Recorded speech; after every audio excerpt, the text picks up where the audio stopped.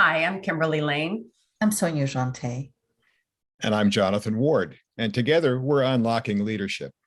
We're three experienced executive coaches with very different disciplines. In every episode, we take a question from a real client and provide key insights to address their challenge from our three different perspectives. It's a holistic approach to understand challenges and opportunities. So let's get to it.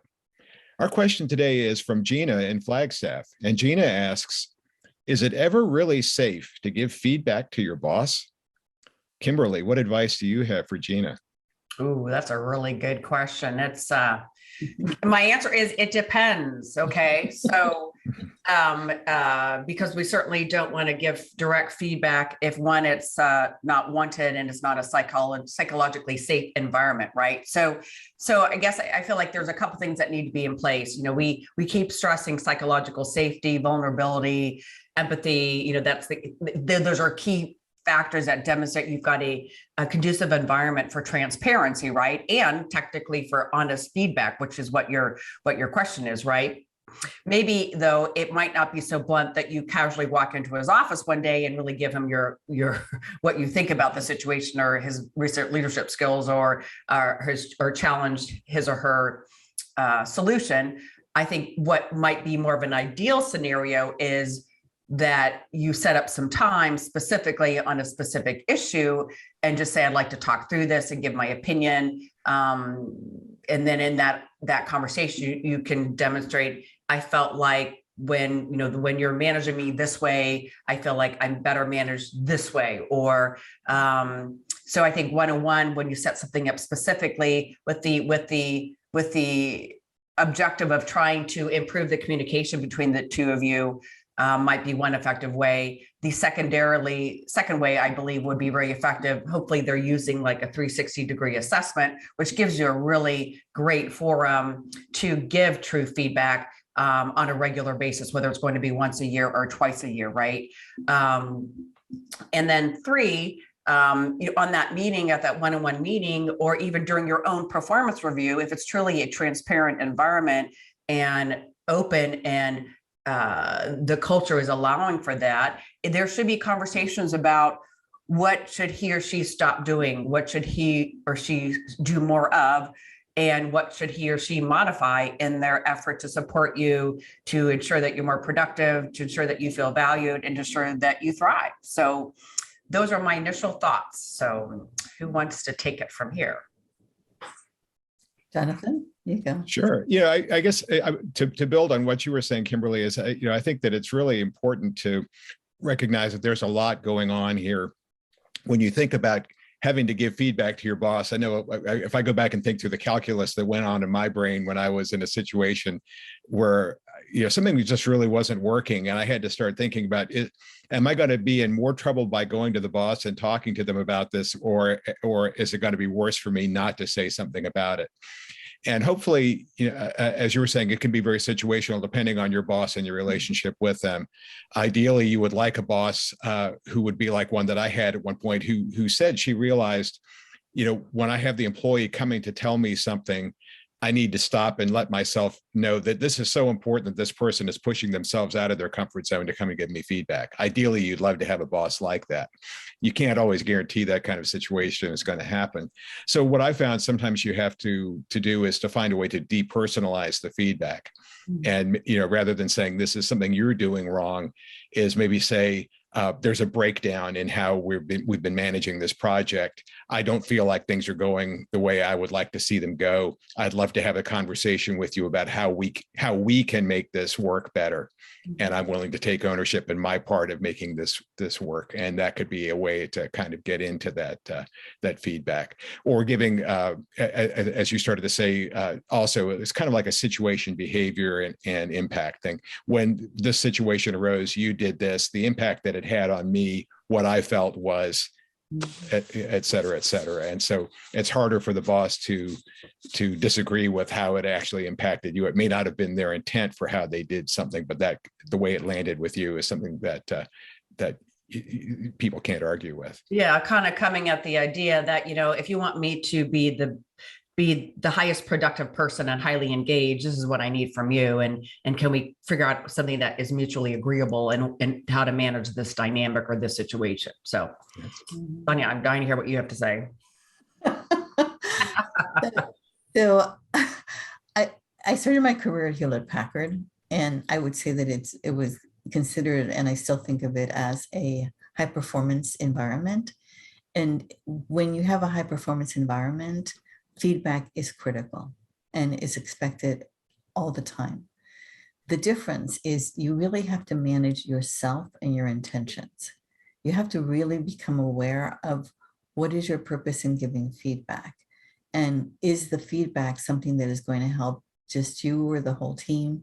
So one of the things I look at is, what is the culture you're living in? Feedback-rich cultures tend to invite it. So you tend to have a protocol for being able to engage in that. If you don't have that, then I agree totally with what Jonathan and Kimberly have said. And that is, you really have to make it not personal and allow yourself to give that individual the opportunity for getting their version of what happened as well. Because I think what happens is we get so concerned with what we're telling them that we're not listening to what they were experiencing or what they were involved with. And so, they might have been managing for other things that were stressful to them. And so it was not intentional in any way. So I think that the first thing is, ideally, you're in a culture in which feedback is invited, and providing it lays the context for people to not feel threatened by it. Secondly, when you're doing it, be able to be managing your own intentions in doing that. It should be constructive at all times. And then thirdly, if in providing the feedback, you find that it is, affecting that person in a negative way, then you might want to look at, I always say have plan B and plan C. Always have a way in which you can, if you will, move it in a direction that is constructive for everybody. Because it's tough. I will share something else that Kimberly brought up about a 360, and that is, you have to make sure that when the coach tells you that it's confidential in terms of providing just themes, that's really the case. Because I've seen where, not purposely, but in providing the feedback, because there's such a strong, intimate relationship between the coach and the leader, they'll say, well, who said that? Or, that sounds like Mary Jo or whatever. And unconsciously it's given away. And so then people realize, oh my God, basically I've been found out. And, again, the purpose supposedly of the 360 in a coaching is that it's supposed to improve somebody. But there are some people that have fragile egos, and you need to be aware of that. So that would be my 2 cents for that. Anything else that anybody else wants to add? I really like the idea of coming. I like to kind of take the emotion out of it, because with egos and especially not knowing how people are going to react, but almost coming at it as a problem, and how can we solve this problem? So for instance, I might be working on a project, and my boss would continually come in and change the deadline on me. Well, that doesn't work very well, because then I have to rework my plan. Then I'm delayed. It overstresses me. So, coming to the solution that, I get frustrated when we initially set this deadline as 2 months from now, and then I'm coming in continuously and changing the deadline for various reasons. Why is that? Can we minimize that? Because it ends up disrupting my entire process of my work. I've got to rework my plan. That actually takes it longer than normal, whatever the issue is. But just how can we solve this problem, as opposed to you're doing something wrong and you're affecting me and you're triggering me emotionally or whatever it is. It's more or less, how can we together solve this problem, right? To get this output for the client or the customer or this other internal client. So sometimes I think that helps diffuse some of the emotion if possible. That's really the easiest way to manage that, is take the emotion out of it as much as we can. What, I guess I would throw in also the advice for the boss too. If you're trying to create the culture where there's where you're saying we espouse open feedback, everybody's going to be watching for who goes first and how they are treated. And you better make sure that your actions line up with the values that you're trying to espouse. When I go back and think about the 2 fatal accidents that happened in the space shuttle era for NASA, it was because of a breakdown in management culture, where people didn't feel safe being able to escalate information to higher ups without getting beat down. And, it's one thing to say we're going to we're going to make that happen. And it's another thing to actually put that into practice. And it can be very hard for everybody the first couple of times you do it, but you have to start practicing somewhere. Yeah. Oh, the last thing I want to say is ideally your boss has a sense of humor. Right. And it has some allies, because I'll share a story that is truly my story. And that is, I did get feedback. I did invite it, and I did get feedback from a couple of people on my team.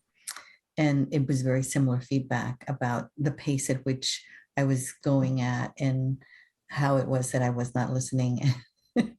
And so I went to a colleague of mine and I said, well, I asked for the feedback. I got the feedback. Here's what they told me. And he says, Sonia, I got some advice from my parents a long time ago. When two people tell you that you're drunk, sit down.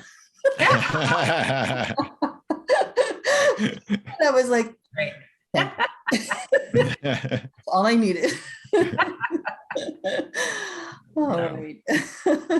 Thank you, Gina from Flagstaff, for your question today. We hope you, our viewers and listeners, gain new insights on providing feedback to your boss. To our listeners, if you like the content we shared today, please like the episode and also share and subscribe to our YouTube channel, unlockingleadership-askthecoaches.com. We look forward to reading your reviews. You can also find Unlocking Leadership-Ask the Coaches on Apple Podcasts or your favorite podcast platform. If you have a leadership question or would like to reach out to our coaches, please email us at info@unlockingleadership-askthecoaches.com. We would love to hear from you. Thank you for joining us today. Tune in next time to find the keys to unlocking your best leadership.